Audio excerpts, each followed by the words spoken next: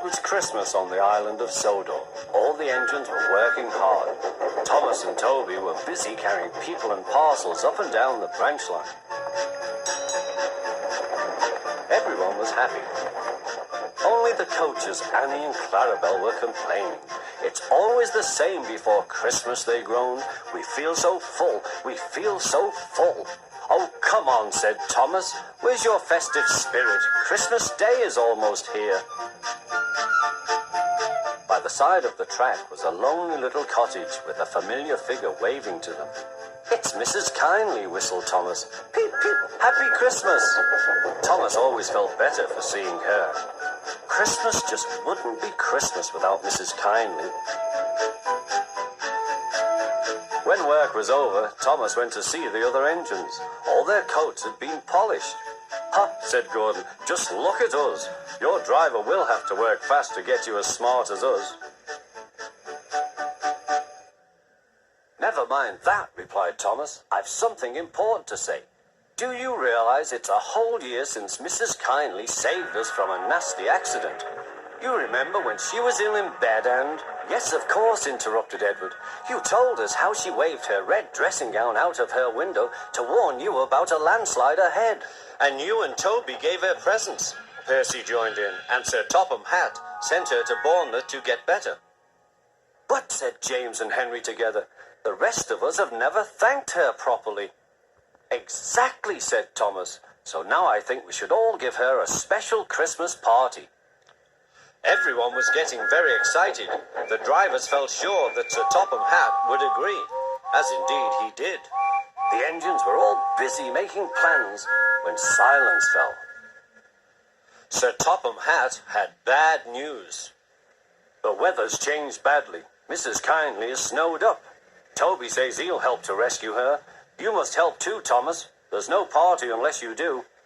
Thomas hated snow, but he said bravely, I'll try, sir. We must rescue her. We must. There's a good engine. You and Toby will manage splendidly. Thomas charged the snowdrifts fiercely. Sometimes he swept them aside. Sometimes they stuck fast, and the men had to loosen them.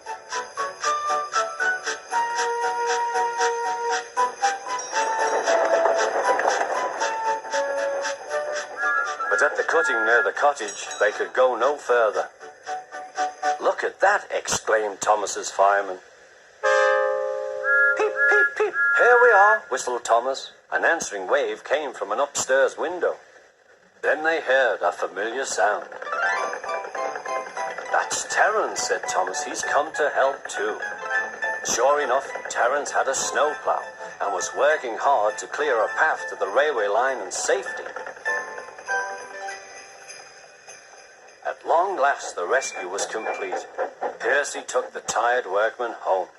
Terence said goodbye to Mrs. Kindly and promised to take care of her cottage as he watched them all set off.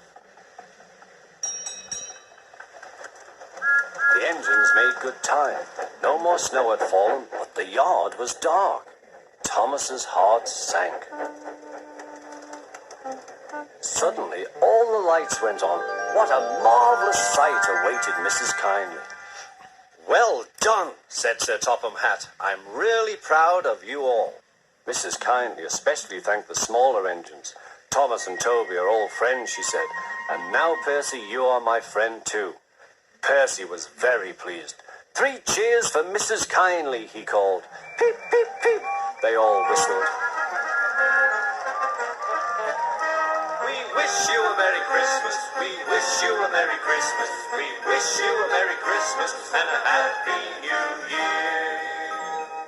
Thomas the tank engine and his friends thought it was the best Christmas ever, and Mrs. Kindly could think of nowhere she would rather live than here with them on the island of Sodor.